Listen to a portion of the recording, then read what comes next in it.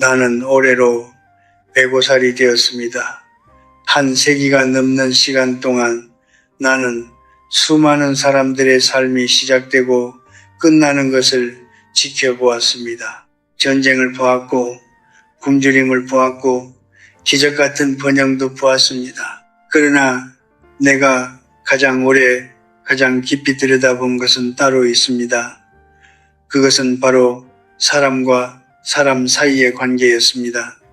특히 부부 사이의 관계. 나는 지금 여러분에게 한 가지를 먼저 고백해야 할 것 같습니다. 내가 평생 동안 참 좋은 아내라는 말을 들으며 살아온 여성들을 수없이 만났습니다. 동네에서 칭찬이 자자하고 자식들에게 존경받고 남편 곁에서 한 번도 목소리를 높이지 않은 여성들. 그런데 이상한 일이 있었습니다. 그 여성들 중 상당수가 70대, 80대에 이르러 가장 깊은 후회를 안고 살아가고 있었습니다. 그들이 후회한 것은 나쁜 선택이 아니었습니다. 그들이 후회한 것은 너무나 착했다는 것이었습니다. 이것이 오늘 내가 여러분께 드리고 싶은 첫 번째 이야기입니다. 좋은 아내와 행복한 아내는 같은 사람이 아닙니다. 우리는 오랫동안 이 두 가지가 하나라고 믿어왔습니다.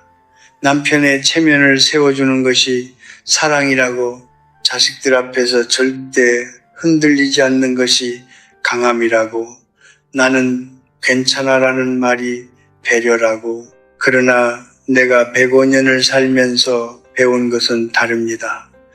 억눌린 감정은 사라지지 않습니다. 그것은 다만 더 깊은 곳으로 내려갈 뿐입니다.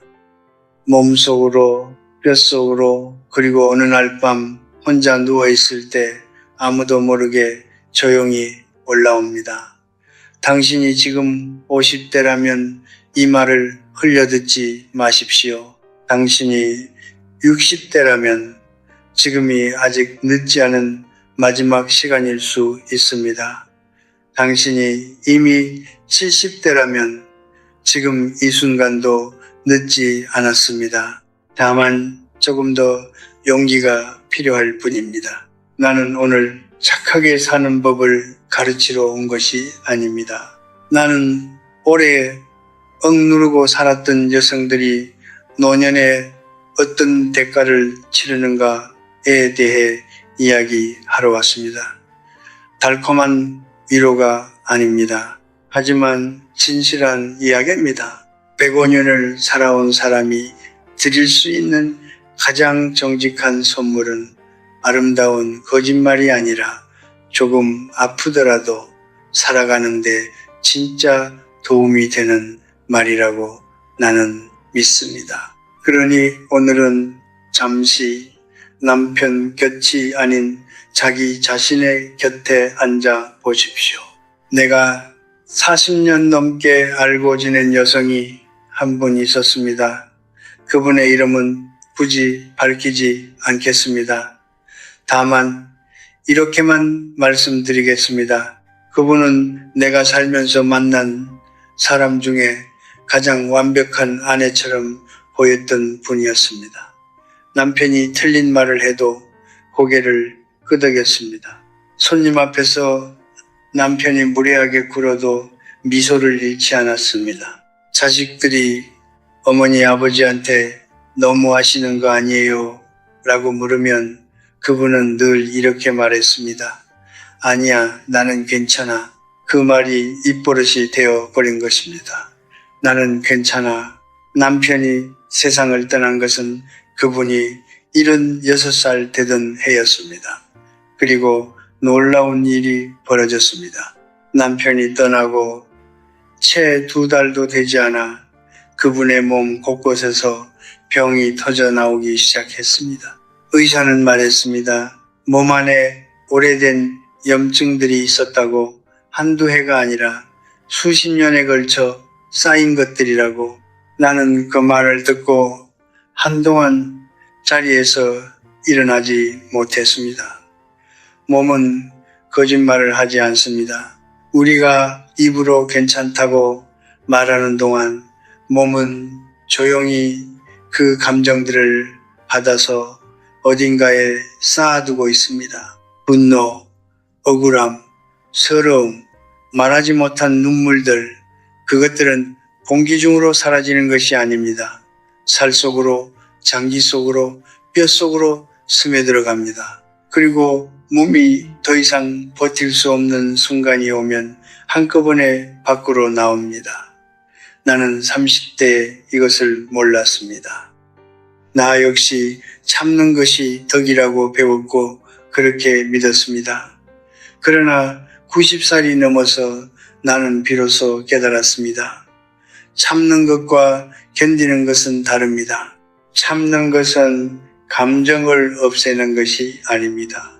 참는 것은 감정을 몸 안에 가두는 것입니다. 그렇다면 왜 우리는 그토록 오랫동안 감정을 억눌러 왔을까요? 남편의 체면 때문입니다. 가족의 평화 때문입니다. 내가 참으면 다 잘 될 것이라는 믿음 때문입니다. 그 믿음이 완전히 틀린 것은 아닙니다. 하지만 그 믿음에는 중요한 것이 빠져 있습니다. 바로 나라는 사람입니다. 가족의 평화를 지키는 사람도 결국 사람입니다. 감정이 있고 한계가 있고 상처를 받으면 아파하는 사람입니다. 70대 이후의 후회는 젊을 때의 후회와 다릅니다. 젊을 때의 후회에는 아직 시간이 있습니다. 다시 시도할 수 있고 방향을 바꿀 수 있습니다.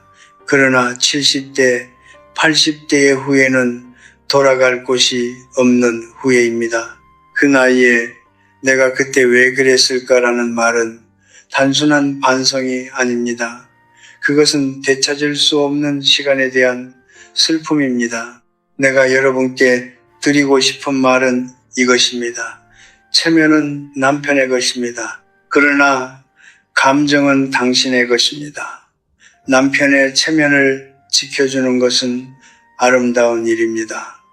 하지만 그것이 당신 자신의 감정을 짓밟는 방식으로 이루어져서는 안 됩니다. 진짜 품위 있는 삶이란 상대를 높이기 위해 스스로를 낮추는 삶이 아닙니다. 서로가 서로를 존중하는 삶입니다. 그리고 그 존중은 먼저 자기 자신을 존중할 줄 아는 사람만이 줄 수 있습니다. 아이들은 부모의 말을 듣고 자라지 않습니다. 아이들은 부모의 모습을 보고 자랍니다. 나는 교육자로서 평생을 살아왔습니다. 수십 년 동안 수많은 학생들을 가르쳤고 그들이 어른이 되는 과정을 지켜보았습니다. 그리고 한 가지 사실을 분명히 깨달았습니다. 한 사람이 훗날 어떤 방식으로 사랑하는가는 어린 시절 부모의 관계를 어떻게 보았느냐에 의해 깊이 형성된다는 것입니다. 이것은 이론이 아닙니다. 내가 직접 목격한 수백 개의 이야기입니다. 그렇다면 자식들 앞에서 언제나 남편 편만 들었던 어머니의 자녀들은 훗날 어떤 사랑을 배우게 될까요? 그 자녀들은 이런 것을 배웁니다. 사랑하는 사람 앞에서는 자신의 억울함을 숨겨야 한다고, 갈등이 생기면 한쪽이 일방적으로 참아야 한다고, 그리고 그 참는 사람은 언제나 더 약한 사람이어야 한다고 어머니는 그것을 가르치려 하지 않았습니다. 오히려 자식들을 보호하려 했습니다. 집안의 평화를 지키려 했습니다. 그 마음은 진심이었을 것입니다. 그러나 결과는 의도와 달랐습니다. 나는 오래전 한 제자에게서 이런 말을 들었습니다. 교수님, 저는 결혼하고 나서야 알았어요. 제가 어머니처럼 살고 있다는 것을. 남편이 틀린 말을 해도 웃어넘기고 아이들 앞에서는 항상 남편 편을 들었어요. 어머니가 그렇게 했으니까 저도 그게 맞는 줄 알았어요. 그런데 어느 날 제 딸이 저한테 이러더라고요. 엄마는 왜 항상 아빠 말이 맞아? 그 말을 듣는 순간 갑자기 무서워졌어요. 그 제자의 이야기가 오랫동안 내 마음속에 남았습니다. 우리는 흔히 이렇게 생각합니다. 자식들 앞에서 부부 갈등을 드러내지 않는 것이 좋은 부모의 역할이라고. 그 생각 자체는 틀리지 않습니다. 그러나 갈등을 숨기는 것과 진실을 숨기는 것은 다릅니다. 아이들에게 우리 집에는 아무 문제가 없다는 거짓된 평화를 보여주는 것은 아이들이 훗날 자신의 관계에서 문제가 생겼을 때 그것을 직면할 능력을 빼앗는 것입니다. 건강한 부부관계란 갈등이 없는 관계가 아닙니다. 갈등이 생겼을 때 서로가 서로를 존중하며 풀어가는 관계입니다. 그리고 아이들은 바로 그 과정을 보면서 어떻게 사랑하는 사람과 함께 살아가는지를 배웁니다. 억울함을 끝까지 숨기는 어머니는 자식에게 희생을 물려줍니다. 그러나 자신의 감정을 품위 있게 표현할 줄 아는 어머니는 자식에게 용기를 물려줍니다. 어떤 유산을 남기고 싶으십니까? 나는 지금 여러분께 남편과 싸우라고 말하는 것이 아닙니다. 다만 이것을 기억해 주십시오. 당신이 자신의 억울함을 끝까지 숨길 때 당신은 혼자 그것을 짊어지는 것이 아닙니다. 그 무게는 고스란히 당신의 자식에게로 전해집니다. 침묵은 때때로 가장 큰 소리를 냅니다. 그리고 그 소리는 세대를 넘어 울려 퍼집니다. 내가 오래 알고 지낸 부부가 있었습니다. 두 분 다 80대 중반이었고 겉으로 보기에는 누구나 부러워할 만한 노년을 보내고 있었습니다. 남편은 건강했고 아내는 남편 곁에서 한시도 떨어지지 않았습니다. 남편이 외출하면 아내도 따라 나섰고 남편이 집에 있으면 아내도 집에 있었습니다. 주변 사람들은 그 모습을 보며 말했습니다. 저 두 분은 정말 금슬이 좋아. 그런데 어느 날 남편이 갑작스럽게 세상을 떠났습니다. 그 후 아내에게 일어난 일이 내가 오늘 이 이야기를 꺼내는 이유입니다. 남편이 떠나고 나서 그 아내는 스스로 아무것도 할 수 없는 사람이 되어버렸습니다. 어디를 가야 할지 몰랐습니다. 무엇을 먹어야 할지 몰랐습니다. 하루를 어떻게 시작해야 할지 몰랐습니다. 평생 남편을 중심으로 하루를 구성해 왔기 때문에 남편이 사라진 자리에는 아무것도 남아있지 않았습니다. 그분은 내게 이런 말을 했습니다. 나는 그이 없이는 내가 누구인지 모르겠어요. 그 말이 나는 지금도 잊히지 않습니다. 사랑은 아름다운 것입니다. 배우자를 깊이 사랑하고 그 곁에서 평생을 함께하는 것은 분명 소중한 일입니다. 그러나 사랑과 의존은 다릅니다. 사랑은 두 사람이 각자로 존재하면서 서로에게 향하는 것입니다. 의존은 한 사람이 다른 사람 안으로 녹아들어 스스로의 형태를 잃어버리는 것입니다. 그리고 노년에 이르러 의존의 대상이 사라질 때 그 사람은 자기 자신마저 잃어버리게 됩니다. 나는 이것을 넝쿨과 기둥의 관계라고 부릅니다. 넝쿨은 기둥에 기대어 자랍니다. 기둥이 있는 한 넝쿨은 높이 오를 수 있습니다. 그러나 기둥이 쓰러지는 날 넝쿨은 혼자 설 수 없습니다. 아무리 아름답게 자란 넝쿨이라도 기둥 없이는 땅 위에 쓰러질 뿐입니다. 건강한 관계는 넝쿨과 기둥이 아닙니다. 나란히 서 있는 두 그루의 나무입니다. 뿌리는 각자의 것이지만 세월이 지나며 가지가 서로 다 그늘을 만드는 그런 관계입니다. 내가 지금껏 만나온 오래된 부부들 중에서 진정으로 평화로운 노년을 보내는 분들에게는 한 가지 공통점이 있었습니다. 그분들은 함께이면서도 각자의 시간을 가지고 있었습니다. 아내는 자신만의 친구가 있었고, 자신만의 취미가 있었고, 자신만의 하루가 있었습니다. 남편 없이도 웃을 수 있는 이유가 있었습니다. 그리고 그 독립된 삶이 있었기에 함께하는 시간이 더욱 풍요로웠습니다. 취미를 포기하지 마십시오. 친구를 잃지 마십시오. 당신만의 아침을 지켜내십시오.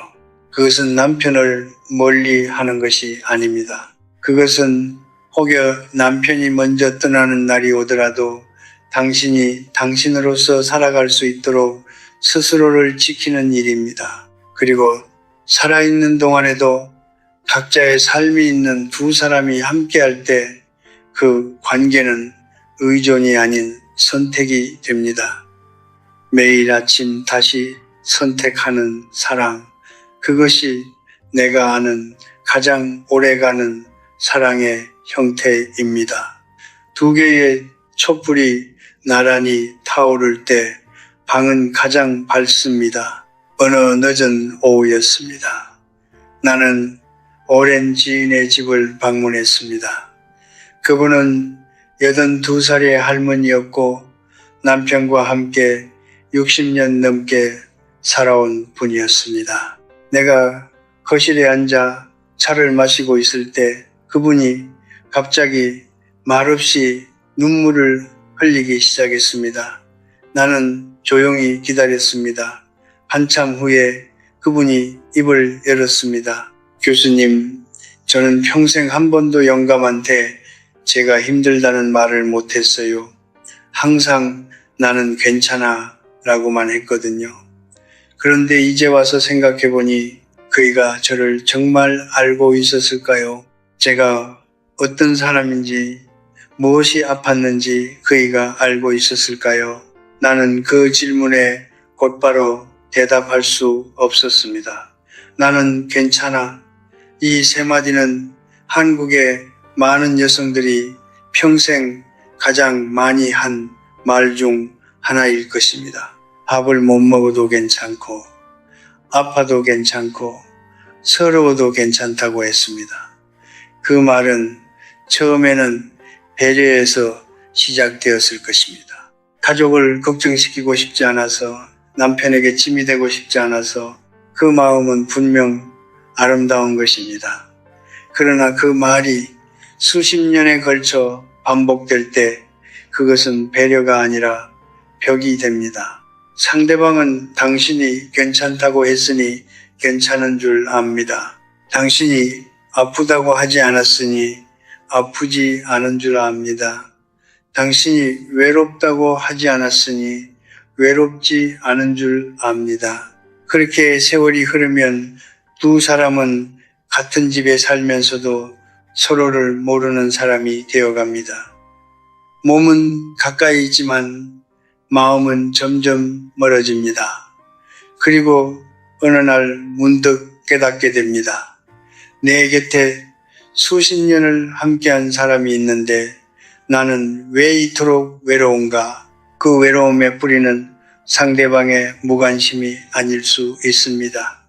그 외로움의 뿌리는 당신이 스스로 만들어온 침묵일 수 있습니다. 나는 30대의 이런 말을 들었습니다. 강한 사람은 내색하지 않는다. 그 말을 나도 한때 믿었습니다. 그러나 105살이 된 지금 나는 다르게 생각합니다. 진정으로 강한 사람은 자신의 감정을 숨기는 사람이 아닙니다. 자신의 감정을 품위 있게 표현할 줄 아는 사람입니다. 울어야 할 때 울 수 있는 사람, 힘들다고 말해야 할 때 말할 수 있는 사람, 그 사람이 진짜 강한 사람입니다. 관계는 서로가 서로에게 보여줄 때 깊어집니다. 나의 아픔을 상대에게 보여주는 것은 약함이 아닙니다. 그것은 나는 당신을 믿는다는 가장 조용한 고백입니다. 그리고 그 고백이 쌓일 때 두 사람 사이에는 진짜 친밀함이 생겨납니다. 지금이라도 늦지 않았습니다. 오늘 저녁 오랫동안 삼켜왔던 말 한마디를 꺼내보십시오. 나 오늘 조금 힘들었어. 그 한마디가 수십 년간 쌓아온 벽에 작은 문을 내는 일이 될 수도 있습니다.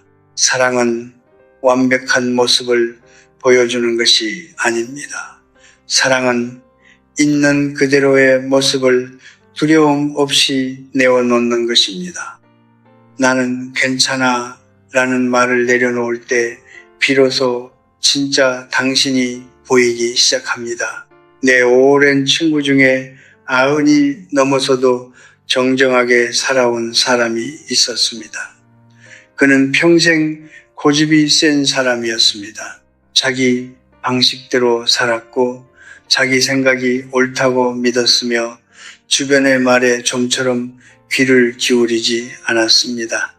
그런데 그의 아내는 60년이 넘는 세월 동안 단 한 번도 그에게 진심으로 맞선 적이 없었습니다. 남편이 틀려도 당신이 맞아요 라고 했고 남편이 무리한 요구를 해도 알겠어요 라고 했습니다. 주변 사람들은 그 아내를 보며 말했습니다. 저분은 참 현명한 분이야. 남편을 잘 다룰 줄 아셔. 그런데 그 친구가 92살이 되던 해 내게 이런 말을 했습니다. 형서가 나는 평생 아내한테 사랑받은 게 아니었던 것 같아. 아내가 나를 사랑한 게 아니라 그냥 나를 견뎌온 것 같아. 그 차이를 이제야 알겠어. 나는 그 말을 듣고 한동안 말을 잃었습니다. 사랑과 수능은 다릅니다. 그러나 우리는 오랫동안 이 두 가지를 혼동해 왔습니다. 한쪽이 계속 맞춰주고 계속 양보하고 계속 참아주는 것을 좋은 관계라고 불러왔습니다. 그러나 그것은 좋은 관계가 아닙니다. 그것은 한쪽이 일방적으로 소모되는 관계입니다. 그리고 그 관계 안에서 맞춰주는 사람은 서서히 자신을 잃어갑니다. 동시에 맞춰줌을 받는 사람도 서서히 성장을 멈춥니다. 고집스러운 사람에게 계속 순응하는 것은 그 사람을 편하게 해주는 것처럼 보입니다. 그러나 실제로는 그 사람이 변할 수 있는 기회를 빼앗는 것입니다. 사람은 누군가 자신에게 진심으로 그건 아니에요 라고 말해줄 때 비로소 멈추고 돌아보게 됩니다. 그 말을 해줄 수 있는 사람은 가장 가까이에 있는 사람이어야 합니다. 그리고 그 가장 가까운 사람이 평생 당신이 맞아요만 해왔다면 그 사람은 자신의 잘못을 한 번도 제대로 마주하지 못한 채 생을 마치게 됩니다. 그것이 과연 사랑일까요? 나는 70대 이후에 부부에게는 특히 이 이야기를 드리고 싶습니다. 나이가 들수록 사람은 더 완고해지는 경향이 있습니다. 젊을 때는 새로운 환경이 사람을 변화시키지만 노년에는 그 자극이 줄어들기 때문입니다. 그래서 70대 이후에 배우자가 해주는 솔직한 한마디는 그 어떤 것보다 값진 선물이 될 수 있습니다. 불편하더라도 잠시 관계가 어색해지더라도 진심을 말해주는 것, 그것이 진짜 동반자의 역할입니다. 수능은 평화처럼 보이지만 그 안에는 조용한 포기가 숨어 있습니다. 진정한 사랑은 상대를 편하게만 해주는 것이 아닙니다. 진정한 사랑은 상대가 더 나은 사람이 될 수 있도록 때로는 불편한 진실을 따뜻하게 건네는 것입니다. 60년을 함께 살아온 두 사람이 나눌 수 있는 가장 깊은 대화는 서로를 칭찬하는 말이 아닐 수 있습니다. 서로에게 나는 그때 그 말이 마음에 걸렸어 라고 조용히 말할 수 있는 용기, 바로 그것이 노년의 사랑을 완성하는 마지막 조각입니다. 사랑은 견디는 것이 아닙니다. 사랑은 함께 성장하는 것입니다. 나는 오늘 여러분께 5가지 이야기를 드렸습니다. 감정을 억누르는 것, 억울함을 숨기는 것, 자신의 삶을 포기하는 것, 아프다는 말을 삼키는 것, 그리고 무조건 맞춰주는 것. 이 5가지는 모두 나쁜 마음에서 비롯된 것이 아닙니다. 오히려 그 반대입니다. 이것들은 모두 사랑에서 시작되었습니다. 가족을 지키고 싶은 마음, 남편을 존중하고 싶은 마음, 평화로운 가정을 만들고 싶은 마음, 그 마음들은 하나같이 아름다운 것들이었습니다. 그러나 아름다운 마음이 잘못된 방식으로 표현될 때 그것은 자신을 천천히 지워가는 일이 됩니다. 나는 지금 여러분께 과거를 후회하라고 말하는 것이 아닙니다. 지나온 세월을 탓하라고 말하는 것도 아닙니다. 여러분이 살아온 방식에는 그 나름의 이유가 있었고, 그 시대가 있었고, 그 삶이 있었습니다. 그것은 존중받아야 합니다. 내가 오늘 드리고 싶은 말은 단 하나입니다. 지금부터라도 자기 자신에게로 돌아오십시오. 70대는 끝이 아닙니다. 나는 105살을 살면서 깨달은 것이 있습니다. 인생의 후반부는 잃어가는 시간이 아닙니다. 인생의 후반부는 비로소 진짜 자신으로 살 수 있는 시간입니다. 젊을 때는 역할이 너무 많았습니다. 누군가의 아내, 누군가의 어머니, 누군가의 며느리, 그 역할들을 다 감당하느라 정작 나는 누구인가를 물어볼 겨를이 없었습니다. 그러나 70대 이후에는 그 물음을 던질 수 있습니다. 아니, 반드시 던져야 합니다. 나는 무엇을 좋아하는 사람인가? 나는 어떤 아침을 원하는 사람인가? 나는 어떤 말을 듣고 싶었던 사람인가? 그 질문들이 때로는 두렵게 느껴질 수 있습니다. 수십 년 동안 자신을 뒤로 밀어왔던 사람에게 갑자기 자신이 중심이 되는 일은 낯설고 불편할 수 있습니다. 그러나 그 불편함을 넘어서야 합니다. 그 불편함의 반대편에 당신이 오랫동안 기다려온 평온함이 있습니다. 품위는 밖에서 주어지는 것이 아닙니다. 남편이 인정해 주어야 생기는 것도 아니고 자식이 감사해 주어야 생기는 것도 아닙니다. 품위는 스스로가 스스로를 존중할 때 생겨나는 것입니다. 내 감정이 소중하다는 것을 아는 것, 내 시간이 가치 있다는 것을 아는 것, 내가 괜찮지 않을 때 괜찮지 않다고 말할 수 있는 것, 바로 그것이 품위입니다. 나는 곧 이 세상을 떠날 것입니다.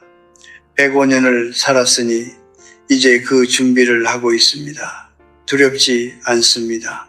다만 한 가지 바람이 있다면 오늘 이 이야기를 들으신 분들이 남은 날들을 조금 더 자기 자신으로 살아가셨으면 하는 것입니다. 활짝 피었다 지는 꽃도 아름답지만 가장 아름다운 것은 서리를 맞으면서도 끝까지 자신의 색을 잃지 않는 꽃입니다.